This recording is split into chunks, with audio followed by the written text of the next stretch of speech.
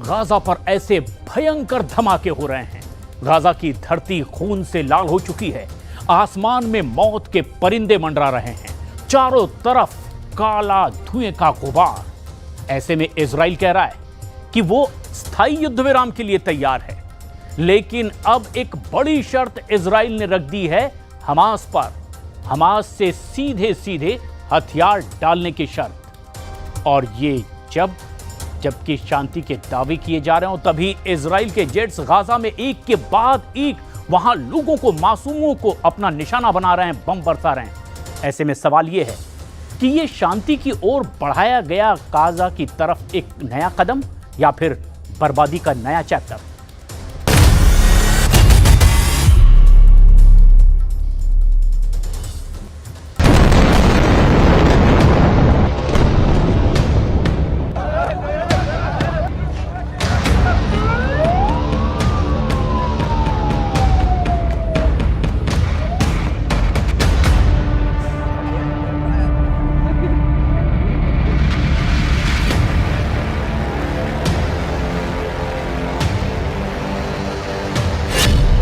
Netanyahu का शांति का पैगाम या शुरू होगा नया घमासान।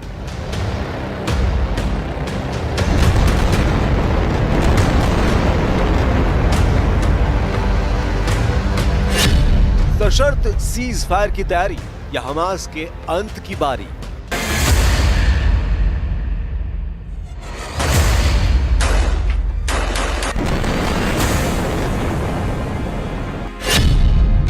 इजराइल ने गाजा में शुरू कर दिया है ऑपरेशन पीस।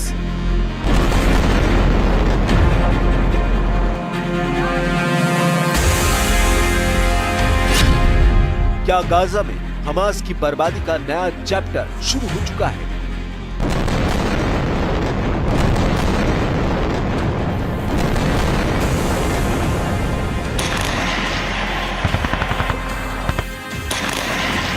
दुनिया की नजरें इस वक्त गाजा में इजराइल के एक्शन पर टिकी हैं, क्योंकि लगातार इजराइल की आसमानी स्ट्राइक के बीच बेंजामिन नेतन्याहू ने सीज फायर के उस प्रस्ताव का जिक्र कर दिया है जिसका इंतजार इस वक्त दुनिया के कई देशों को है। यह प्रस्ताव है स्थायी सीज फायर का। लेकिन खबर है कि इस स्थायी सीज फायर के लिए इजराइल के प्रधानमंत्री बेंजामिन नेतन्याहू ने एक बेहद कड़ी शर्त रख दी है। इस शर्त के मुताबिक हमास को पहले हथियार डालने होंगे और गाजा पर अपना कंट्रोल छोड़ना होगा। यानी नेतन्याहू ने भले ही अपनी तरफ से सीज फायर की पहल की है, लेकिन इस पहल में एक बड़ा दांव छिपा है। उस दांव को समझने के लिए पहले नेतन्याहू का वो पूरा बयान सुन लेते हैं जिसमें उन्होंने स्थायी तौर पर युद्ध विराम की बात कही है। President Trump and I have a common goal. We want to achieve the release of our hostages. We want to end Hamas rule in Gaza. We want to make sure that Gaza does not pose a threat to Israel anymore. In pursuing this common goal, we have a common strategy.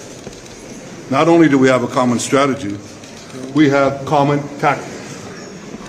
This doesn't involve pressure, doesn't involve coercion, it involves full coordination. President Trump wants a deal, but not at any price. I want a deal, but not at any price. Israel has security requirements and other requirements, and we're working together to try to achieve that. Benjamin Netanyahu का ये बयान इसलिए भी बेहद अहम है क्योंकि उन्होंने ये संदेश वॉशिंगटन से वीडियो के जरिए दिया है।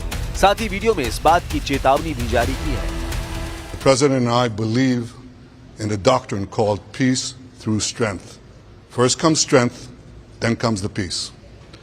Our resolute action, the resolute decision of President Trump to act with us against those who seek to destroy Israel and threaten the peace of the world has made a remarkable change in the Middle East. We have still to finish the job in Gaza, release all our hostages, eliminate and destroy Hamas's military and governance capabilities, because Gaza must have a different future for our sake, for everyone's sake. And no country will settle for less. We certainly will not.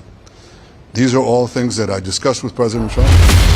यही नहीं, इस बीच Israel के प्रधानमंत्री Benjamin Netanyahu ने बंधकों की रिहाई के लिए जल्द समझौते की बात भी कही। इजराइल वापसी से ठीक पहले दिए इंटरव्यू में कहा, That's obvious. I mean, we have the right of self-defense at any time, and I think that's widely recognized.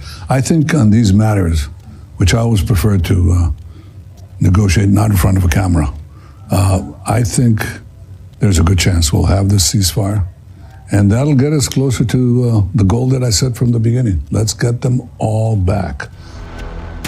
लेकिन सीज फायर की कहानी ने उस वक्त नया मोड़ ले लिया जब बेंजामिन नेतन्याहू ने हमास को राक्षस का तमगा दे दिया। We are talking about a 60-day ceasefire in which half the live hostages and half of the deceased hostages would be returned to Israel by these Hamas monsters, you know. And yes, I think we're getting closer to a deal. यानी शांति के प्रस्ताव के बीच Israel न सिर्फ Hamas को इन हालात का जिम्मेदार बता रहा है, बल्कि हमास को राक्षस बताकर उसके जड़ से सफाई की प्लानिंग भी कर रहा है। दरअसल इजराइल अपने नागरिक बंधकों की वापसी के लिए हमास के साथ डील करना चाहता है। 60 दिन की इस अस्थायी शांति में पहला कदम बंधकों की रिहाई है, लेकिन क्या बंधकों के नाम पर हो रही ये बातचीत वाकई निष्पक्ष है या फिर ये सिर्फ एक रणनीति है जिससे इजराइल को सैन्य बढ़त मिले और हमास को पूरी तरह कुचला जा सके। गाजा में बंधकों से कहीं ज्यादा संख्या उन मासूमों की है जो हर दिन मारे जा रहे हैं, जिनकी आवाज सुनने वाला कोई नहीं। और इन्हीं हालात को समझने के लिए आपको गाजा में जंग की ताजा कहानी को समझना होगा।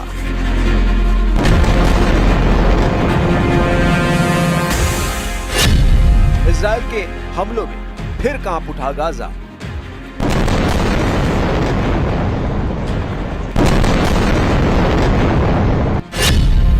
आईडीएफ की स्ट्राइक में 80 से ज्यादा फिलिस्तीनियों की मौत।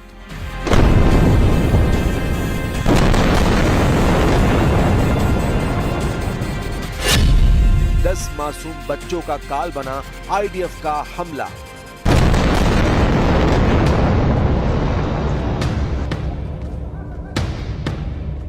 एक तरफ नेतन्याहू दुनिया के सामने अपना शांति संदेश दे रहे हैं, तो दूसरी तरफ गाजा में इजरायली वायुसेना अपना कहर बरपा रही है। आलम यह हो चुका है कि गाजा में अब जंग बच्चों की लाशों और मलबों के बीच लड़ी जा रही है।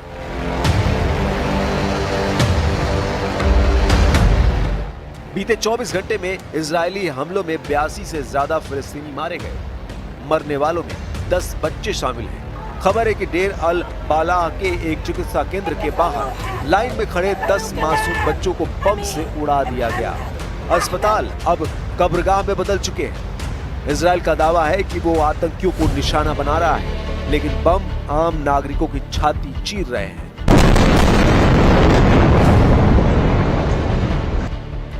आसमान से बरसती मौतें गाजा की सड़कों पर बिखरी। लोग पूछ रहे हैं, ये कौन सी जंग है जहां मासूमों का नरसंहार हो रहा है।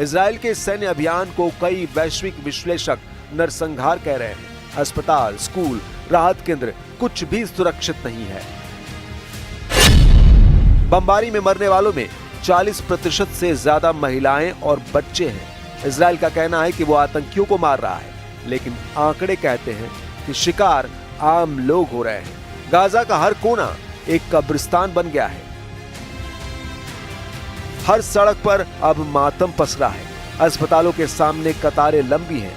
डॉक्टरों की भारी कमी हो चुकी है। दवाइयां और बिजली लगभग नदारद हैं। जिनके घर थे वे अब टेंट में हैं, और जिनके पास टेंट नहीं वे खुले आसमान तले जीने को मजबूर हैं।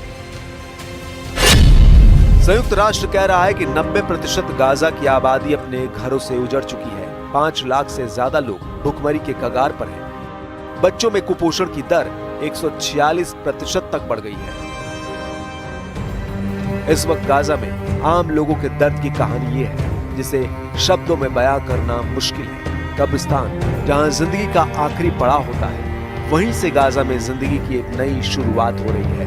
फर्क सिर्फ इतना है कि ये शुरुआत मौत से भी ज्यादा खामोश, डरावनी और असहाय है। सोचिए, जहां सब कुछ तबाह हो चुका है, वहां अब गाजा के लोग कब्रों के बीच जी रहे हैं। कहीं एक माँ ने अपने बच्चों के लिए कब्र की मिट्टी पर चादर बिछाई है, कहीं कोई बूढ़ा अपने बेटे की कब्र से सटा सोया है, क्योंकि अब उसके पास कोई और ठिकाना नहीं बचा। बमबारी ने घर छीने, भूख ने शिविरों की जगह भी छीन ली। अब इंसान उस जमीन को ठिकाना बना रहा है जो कभी अपनों के लिए आखिरी नींद का बिस्तर थी। कब्रिस्तान में न तो छत है, न दीवारें, बस यादें हैं और खौफ है। रात को आसमान से गिरते धमाके और दिन में जलते सूरज की तपिश, दोनों से कोई राहत नहीं। लेकिन सवाल यह है कि आखिर ये लोग यहाँ क्यों हैं?